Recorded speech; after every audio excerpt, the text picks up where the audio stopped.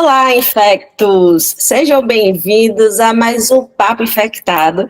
Se você caiu aqui de paraquedas, eu sou a Analisa, médica infectologista, mestra em microbiologia, e estou aqui no melhor podcast de infecto para a gente discutir temas da infectologia, da microbiologia e áreas relacionadas.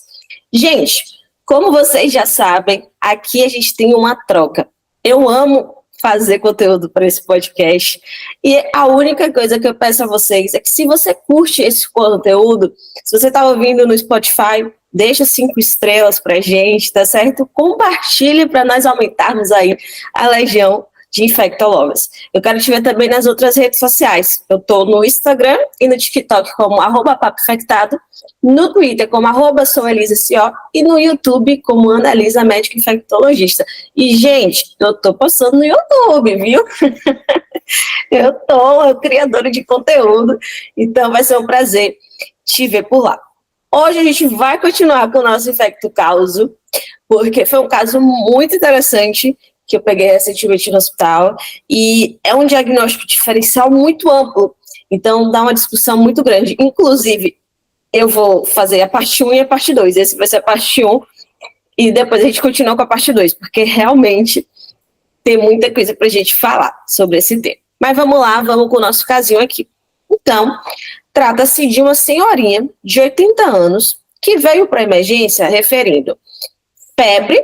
Ela chegou a medir, a temperatura axilar estava de 38 graus, tosse seca.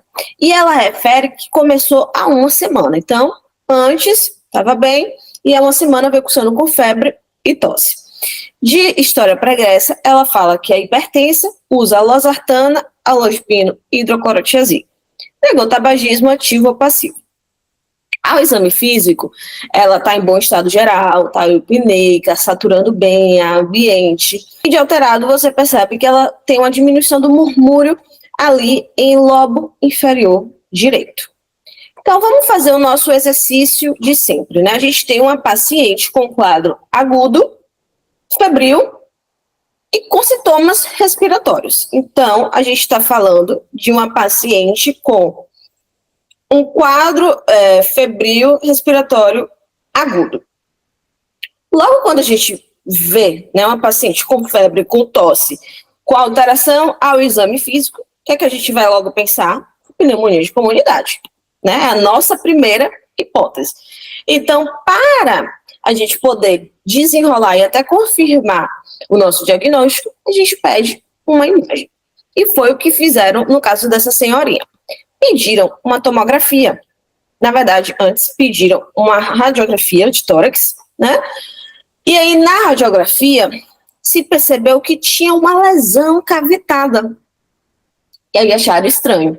Aí falaram, cara, vamos pedir uma tomografia. E aí, na tomografia, olha só, inclusive, gente, no YouTube e no Spotify vocês têm acesso ao vídeo.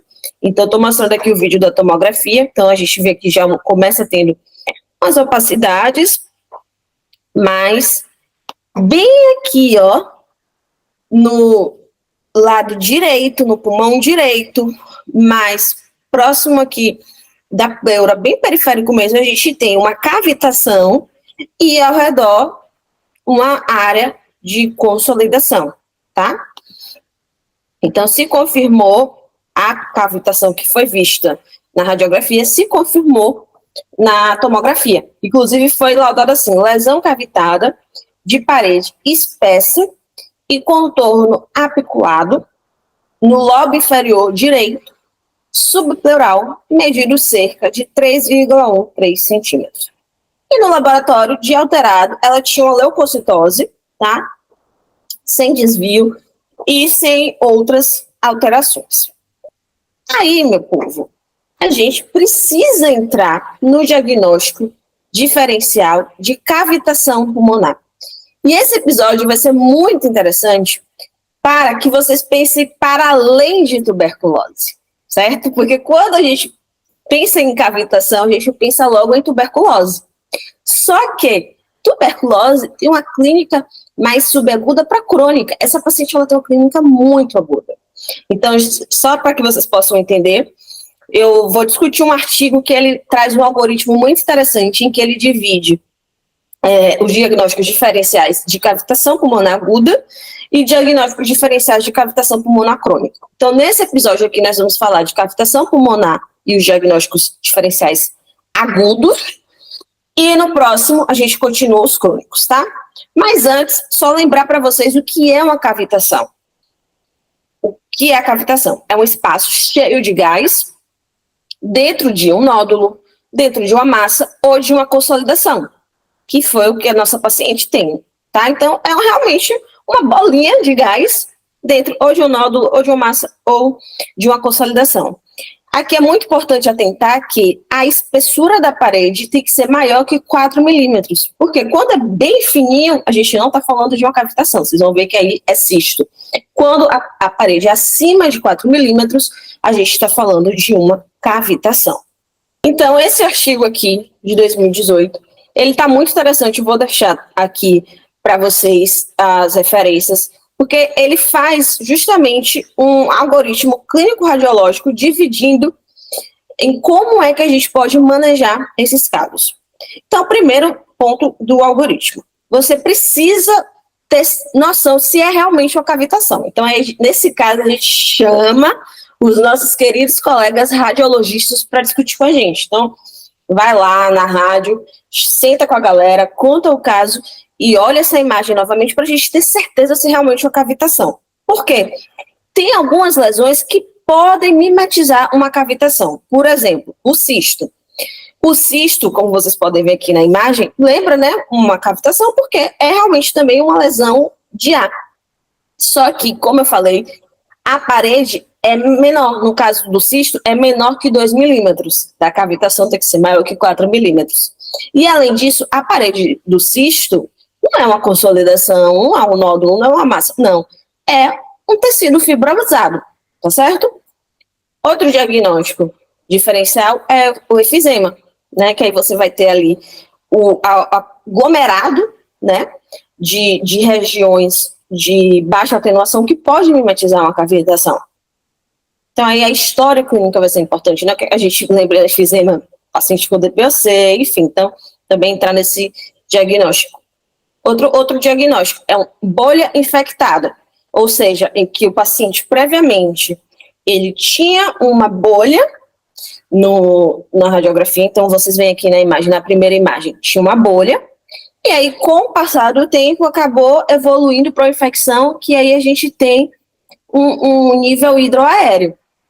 Então a bolha infectada também pode mimetizar uma cavitação, e vocês podem ver também, né, que o espessamento da parede da bolha é bem menor do que o da cavitação, assim como também a gente pode ter bronquiectasia cística. Então, é a bronquiectasia, a dilatação lá dos brônquios, dos bronquíolos, mas em formato de cisto. Então, também entra como um diagnóstico diferencial. Então, primeira coisa, você vai realmente discutir com a rádio se é uma cavitação. Da nossa paciente, está claro que é uma cavitação, inclusive foi o pessoal da rádio, deu o diagnóstico, massa. Aí depois você vai entender o tipo de evolução de doença, porque a partir disso você vai configurar se é uma doença aguda ou subaguda ou crônica. Você pode fazer essa evolução da doença pela clínica mesmo, ou até comparando. Você pode pegar, se o paciente tiver uma imagem prévia, você tem uma radiografia dos últimos 3 meses, se o paciente tiver, você pode fazer esse comparativo aí e ver se surgiu agora ou se já tinha. Se for uma lesão que surgiu nas últimas 12 semanas ou a clínica apareceu nas últimas 12 semanas, é um quadro agudo ou subagudo. Então, nossa paciente aqui é um quadro agudo, é de 1 semana, tá? Infelizmente, ela não tinha radiografia prévia, nada para a gente também comparar, para ver se já tinha essa cavitação, tá? Mas, então, pela clínica, agudo. E agora, se for um paciente que já tem uma cavitação há mais de 3 meses, né? Ou uma clínica há mais de 3 meses, é um quadro crônico. Aí, a gente já muda o diagnóstico diferencial. Então, repetindo aqui, a gente vai focar nos quadros agudos e subagudos. Próximo episódio, nos diagnósticos diferenciais para cavitação crônica, beleza? E aí, você vendo que é uma cavitação, Analisando o tempo, no nosso caso aqui, cavitação aguda ou subaguda, aí você vai pensar nos diagnósticos diferenciais. E esse artigo, ele lembra para a gente quais são os principais diagnósticos diferenciais nesse caso. Abscesso pulmonar, embolia séptica, pneumonia necrotizante, algumas infecções fúngicas e nocardiose. Então, a gente vai passar aqui por essas 5 patologias. Começando aí com abscesso pulmonar. Então, o próprio nome já diz, né? É uma área ali de abscesso de necrose, só que no pulmão. Geralmente, gente, os micro-organismos que estão mais relacionados com abscesso pulmonar são gram-positivos, inclusive anaeróbios, tá? Porque muita gente não sabe, mas o Streptococcus é anaeróbio facultativo. Então, por isso que tem muita gente que, quando a gente fala assim, abscesso pulmonar, ou então abscesso tem que cobrir anaeróbio. Tem. E aí, na microbiologia, o Streptococcus, ele ganha em disparada, e é por ser um gram-positivo anaeróbio facultativo. Então, gram-positivos anaeróbios a gente tem que cobrir, mas não só gram-positivo, não só anaeróbio, gram-negativo também. Porque liderando aí gram-negativa, a gente vai ter a Klebsiella pneumoniae, tá certo? Outros micro-organismos podem estar envolvidos, como gram-positivo Staphylococcus aureus, e de gram-negativo pseudo, hemófilos, acineto, Escherichia coli e de atípico Legionella. Mas, empiricamente, a gente vai cobrir os mais comuns, que são Streptococcus, gram-positivo anaeróbio, e Klebsiella, que é o gram-negativo, tá bom? De fatores de risco, pacientes com uso, né, abuso de álcool, diabetes, convulsão, drogas, paciente sem osinho, infecção dental, é interessante a gente pensar que pode ter tido uma broncoaspiração, e aí as bactérias da boca acabam indo para o pulmão. Então, por exemplo, o paciente idoso, quando chega lá no hospital com uma pneumonia, né, no caso aqui não seria abscesso, mas pensando na pneumonia, eu sempre pergunto, tem risco de broncoaspirar? Porque se tem risco de broncoaspirar e o pessoal só coloca ceftriaxone, é interessante a gente pensar também em cobertura de anaeróbio, tá certo? E no caso de abscesso, tem que cobrir também anaeróbio. E esses são os fatores de risco. Se tem algum fator que possa predispor a broncoaspiração, a gente tem que pensar. A clínica é de um quadro agudo, né? Então, tosse produtiva, pode ter hemoptise, fadiga, perda de peso, febre e dor torácica. No laboratório, a gente vai ver uma leucocitose com desvio à esquerda e vai ter marcadores inflamatórios aumentados, né? Então, PCR e procalcitonina aumentaram. Essa pacientinha nossa tinha PCR aumentado. Aí, assim, aqui no pulmão, o abscesso, você vai ter ali a cavitação, que a gente vê aqui, né, uma lesão com uma parede, é como se fosse uma consolidação, a parede espessada, e no seu interior a gente tem uma cavitação. No abscesso, gente, você pode ter um nível hidroaéreo, ou seja, você pode ter líquido ocupando aquela cavidade, ou não, tá? Porque tem gente que acha assim, viu uma cavitação sem nível hidroaéreo, sem líquido preenchendo, e acha, é só uma cavitação, não é abscesso pulmonar porque tem nível hidroaéreo. Não necessariamente.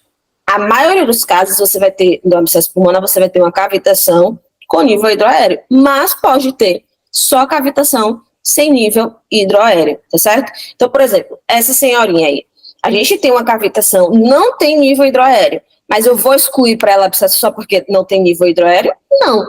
A gente vai também pensar nisso, tá certo? Outra possibilidade, pneumonia necrotizante.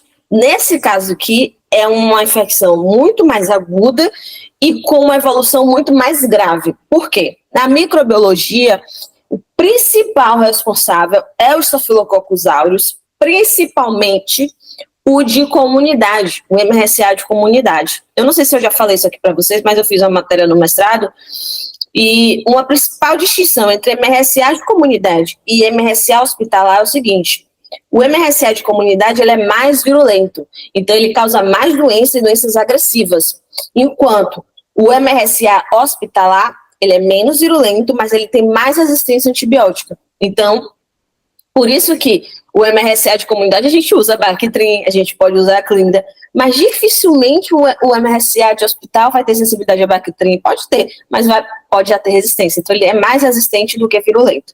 E aí, no caso da pneumonia necrotizante, o MRSA de comunidade, ele pode produzir uma toxina e isso gerar uma infecção muito mais grave, muito mais complexa e causar toda uma toxemia nesse paciente, tá certo?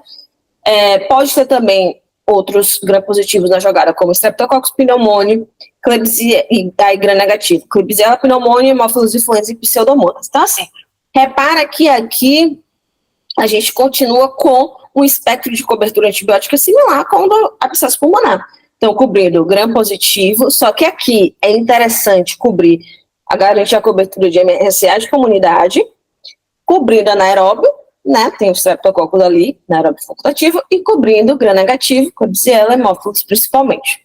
Os fatores de risco são similares ao de abscesso, então, pacientes que abusam de álcool, diabetes, quem faz uso aí de corticoide.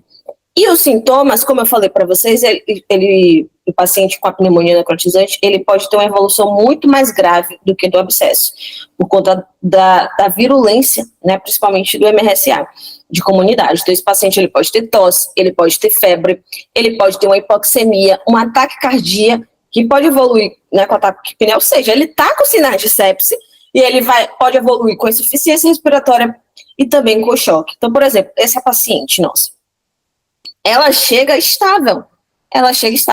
Claro que durante o internamento, sendo pneumonia necrotizante, ela poderia evoluir com piora, mas há uma semana é estranho, porque geralmente na pneumonia necrotizante a evolução é muito mais rápida e o paciente agrava muito mais rápido.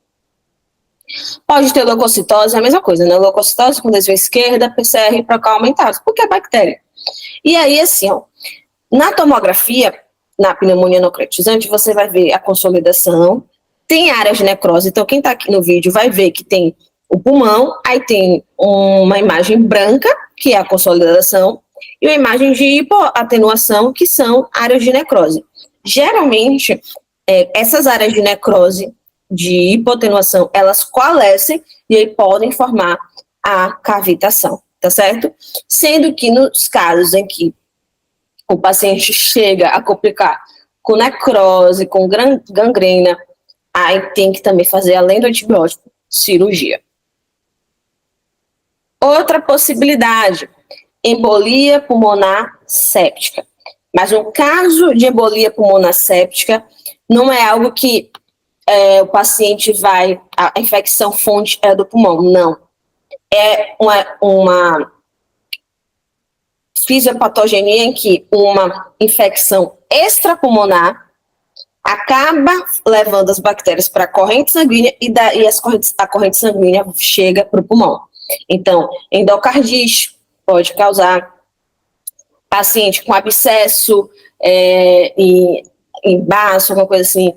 Recentemente teve uma paciente lá no hospital que ela estava com um abscesso, suspeitado de um abscesso em baço. Aí quando foi ver a imagem, tinha também umas lesões pulmonares, mas acabou que não fechou para a embolia séptica. Então, a patogênese é justamente essa, é uma infecção extrapulmonar que dissemina e acaba indo também para o pulmão. Microbiologia, aqui a gente vai continuar a mesma cobertura.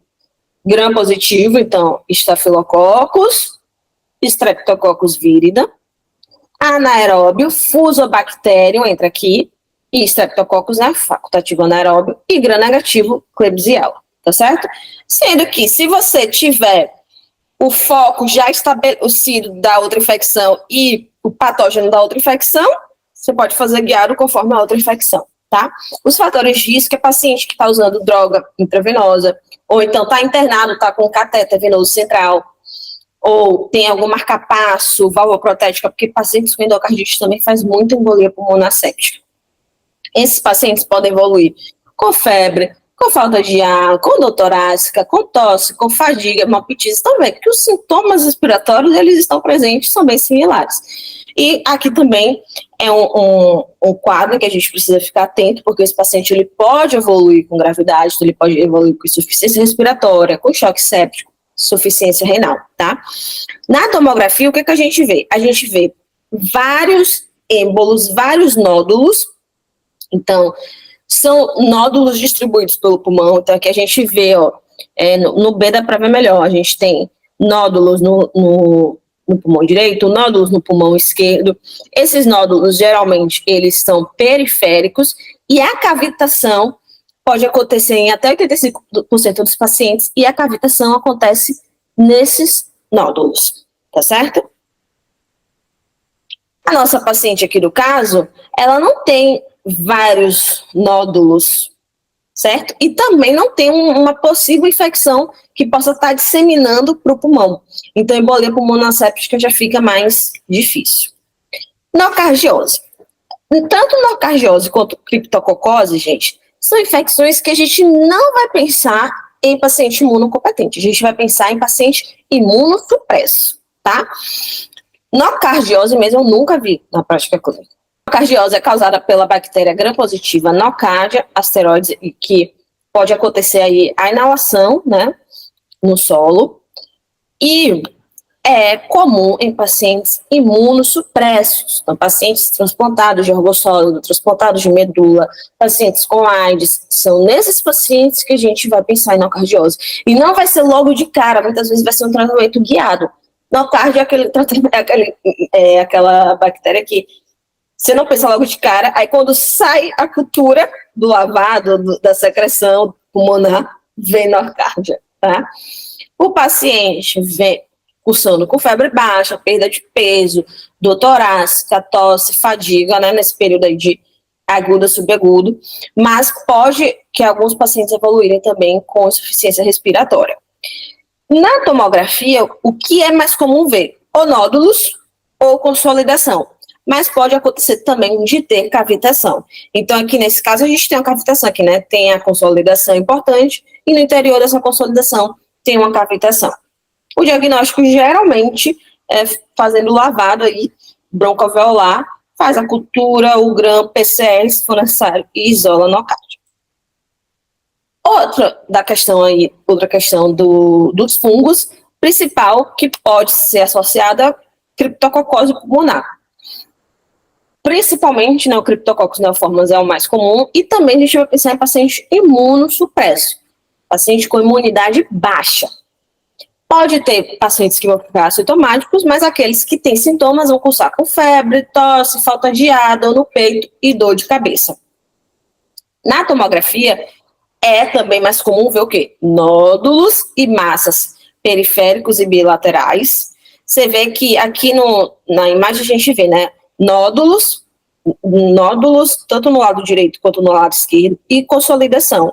E aí pode ter cavitação, tanto nesses nódulos quanto na consolidação. Aqui a gente vê que a cavitação na consolidação. E outra possibilidade é aspergilose. Lembrando que assim, gente, na aspergilose o paciente pode ter aspergiloma, aspergilose pulmonar crônica ou aspergilose pulmonar invasiva. Aspergiloma, aspergilose pulmonar crônica não vai ser um quadro agudo ou subagudo, tá? Geralmente, aqui pode dar um quadro, porque geralmente aspergilose, infecções fúngicas no geral, são um quadro mais crônico. Mas aspergilose, principalmente a pulmonar invasiva, pode ter um quadro mais agudo, e aí formar cavitação aguda, tá?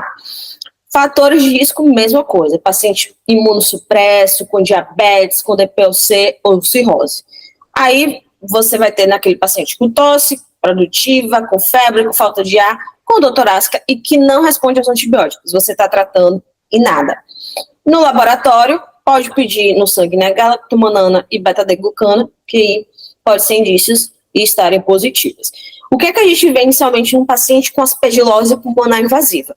A gente vê vários nódulos, é o mais comum, então você vê aqui na imagem vários nódulos bilaterais, e ao redor a gente tem uma hipoatenuação, que a gente vê que é vidro fosco, que é o chamado sinal do halo. Quando a gente tem uma lesão nodular e ao redor uma hipoatenuação, a gente tem um sinal do halo. E aí, com o passar do tempo, principalmente até com o início do tratamento, há uma confluência e essa lesão acaba evoluindo para uma cavitação com necrose, né, por conta da necrose tecidual. Então, repara, a cavitação não é algo comum na aspergilose. A gente vai detalhar melhor na parte crônica, mas a cavitação aguda, desse jeito aqui, não é tão comum. É mais comum na aspergilose pulmonar invasiva e, geralmente, quando a cavitação já surge, é quando o paciente já começa a tratar.